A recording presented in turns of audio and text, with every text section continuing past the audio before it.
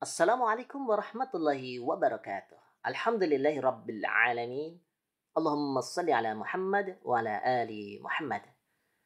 Anak-anakku sekalian, kita berjumpa kembali dalam pembelajaran jarak jauh kali ini. Dan insya Allah kita akan membahas tentang bunyi pantul. Dan tentu saja bunyi pantul ini sudah tidak asing ya bagi kita karena sudah dipelajari di materi-materi sebelumnya. Namun pada kesempatan kali ini ada hal-hal yang perlu Pak Guru jelaskan sehingga Pak Guru harus eh, membuka materi kembali tentang bunyi pantul atau refleksi. Nah, pada layar yang sudah kalian lihat, di situ ada dua gambar.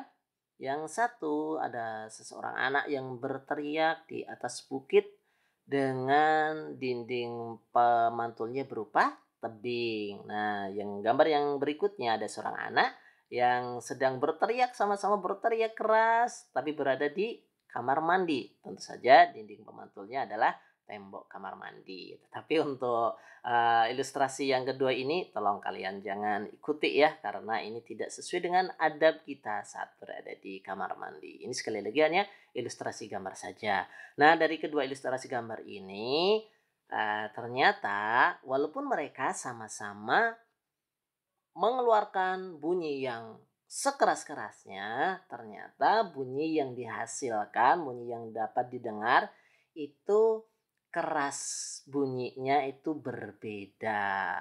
Ternyata kalau kita kaitkan dengan pemantulan bunyi yang menyebabkan suara mereka itu berbeda walaupun mereka sama-sama mengeluarkan berteriak sekeras-kerasnya, ternyata hal ini dipengaruhi oleh apa anak-anak kalau dikaitkan dengan bunyi pantul? Oleh jarak dinding pemantul bunyi. Nah, anak-anakku sekalian, ternyata kuat lemahnya bunyi pantul itu dipengaruhi oleh beberapa faktor anak-anak sekalian. Nah, di sini ada 3 faktor yang mempengaruhi kuat lemahnya atau keras lemahnya bunyi pantul. Nah, faktor itu apa saja? Yang pertama adalah cepat rambat bunyi. Yang kedua, jarak antara pendengar dengan dinding pemantul.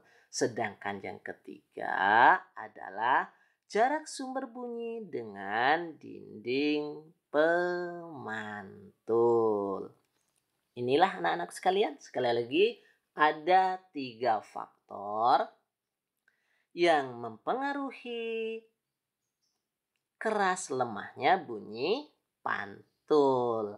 Yang pertama adalah cepat lambatnya bunyi, yang kedua jarak antara pendengar dengan dinding pemantul, dan yang ketiga adalah jarak sumber bunyi dengan dinding pemantul.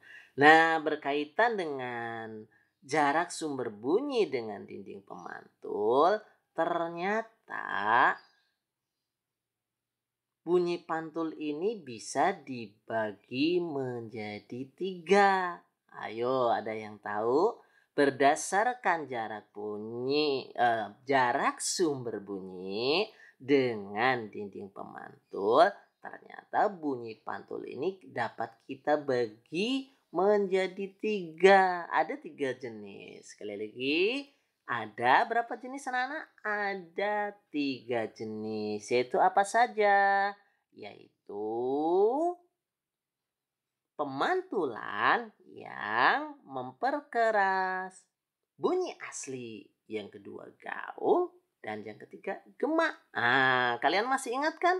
Apa itu pemantulan yang memperkeras bunyi asli? Apa itu gaung? Apa itu gema? Nah, untuk pada kesempatan kali ini Pak Guru tidak akan membahas apa itu gaung, apa itu gema karena sudah kita pelajari di pertemuan sebelumnya dan insya Allah Pak Guru yakin kalian sudah paham apa itu gaung dan apa itu gema. Dan untuk mengingatkan kembali Kalian juga nanti bisa membuka ya, di buku tematik halaman 110 dan 111.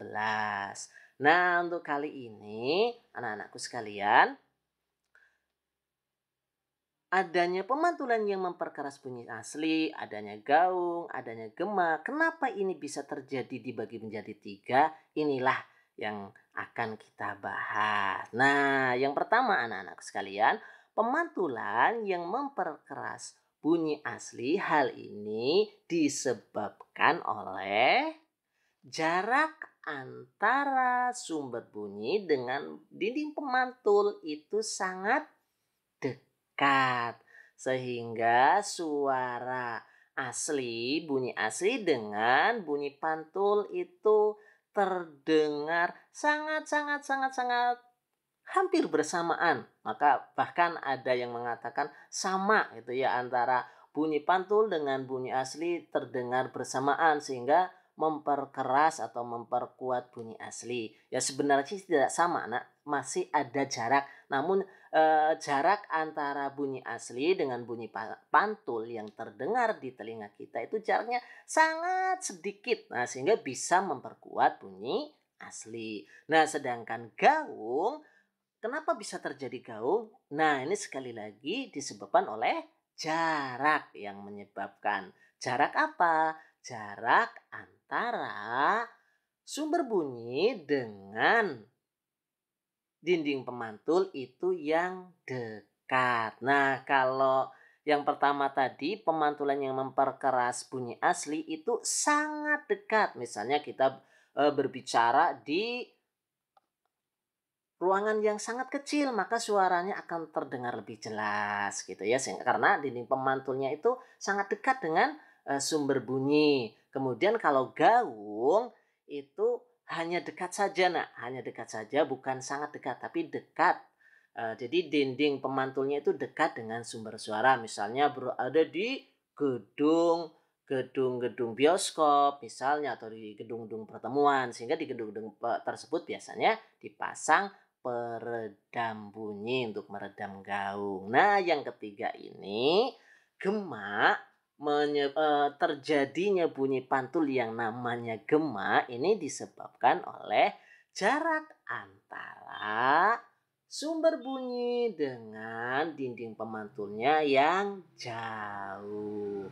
Jadi sekali lagi Pak Nino ulang, yang menyebabkan adanya perbedaan antara gema, gaung, dan pemantulan yang memperkeras bunyi disebabkan oleh perbedaan jarak antara sumber bunyi dan dinding pemantul. Kalau gema jaraknya jauh, kalau gaung jaraknya dekat. Nah, kalau yang memperkeras bunyi asli antara sumber bunyi dengan dinding pemantulnya itu sangat dekat. Itulah, Nak, yang menyebabkan bunyi pantul itu dibagi menjadi tiga. Mudah-mudahan keterangan yang Pak Guru berikan kali ini bisa menambah pengetahuan kita semuanya, dan hal itu bermanfaat untuk kita, untuk kehidupan kita, baik kehidupan di dunia maupun di akhirat. Terima kasih. Demikian keterangan dari Pak Guru. Wassalamualaikum warahmatullahi wabarakatuh.